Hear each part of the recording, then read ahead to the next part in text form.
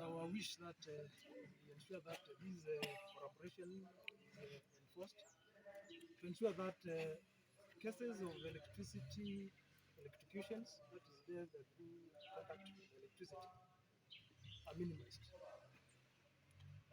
Accidents of that nature are avoidable if only we do the right thing. You recognize that electricity penetration at the moment is quite high, and virtually in all corners of the society we have electricity at the moment.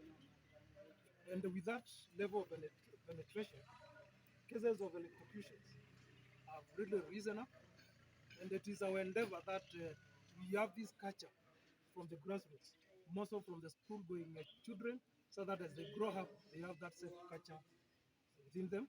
And with that, they'll also be able to share with also the wider members of the society. Largely also, we are also emphasizing that whenever you are doing your electrical connections or interactions, you engage a qualified person. People who have been mandated to do so by the regulator, that is EPRA, to do the connections for you, so that at least when you are making use of electricity, you are using it in a safe manner. Electricity is kind of an integral part of our life at the moment. And at the moment, we can't do without electricity. And the more the reason why we should be able to share the safety precautions that we must employ as we use the same. Coming home to Kisi, uh, last year, we had 12 electrocutions, and it is our wish that we bring that number to nil. And towards that journey, we have had several education forums with the members of the society, and the numbers have come drastically down this year. This year so far, we've only registered 2 cases, and we are saying we should have nil at any one given moment. And the more the reason that we should be able now to engage our partners, that is the education officials, that at least we can reach out to all members. For the better part of this year and the late last year, we were in collaboration on the same endeavor with the GAO team, that is the national government administration officials, to ensure that we also deliver the same. The biggest challenge that we have identified as a cause of these cases in Kisi County are the illegal connections, which is quite rampant, which is done by people who are not qualified to even come anywhere near electricity. So it is this enlightenment that, or rather this realization that we have to reach out to all members of the public, those who have existing connections, and the potential ones, those who are wishing to be connected, so that at all given moment, they engage us, one device, and in their internal households, they engage qualified electricians.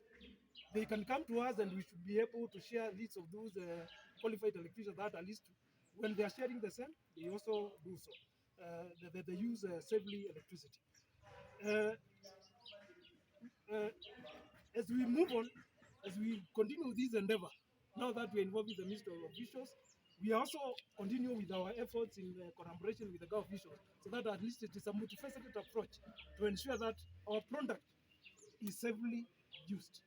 That is our mission, to ensure that the product that we are using is useful to the society, and at the same time, it is safely used. We don't want any death that will arise from the usage of our product. Alongside that, we are also sharing the products that we have developed for in-success interactions with Kenya Power, so that in the event there is that interaction that might compromise on the safety, we are also reached out quite quickly. More so, we have developed one very useful product, a USSD number star 977 hash. I repeat, star 977 hash. On the same, there are various services that we are offering. Payment of electricity. When your electricity is interrupted in one way or the other, you also pick it, That is option number 4.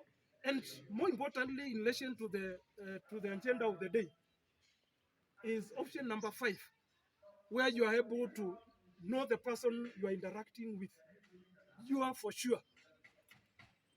You can identify that person through that USSD, whether it's a legit person, whether it's a recognized person by us or not. So using star 977 hash gives you the gateway to quite a number of critical services that we are offering from the comfort of your seat. You don't need to know anybody to register your complaint, or rather to get service through USSD. For interruptions, once you register through that USSD, we are able to monitor. It does the working for you. We are able to monitor the timelines it takes against our customer service charter in terms of the service delivery.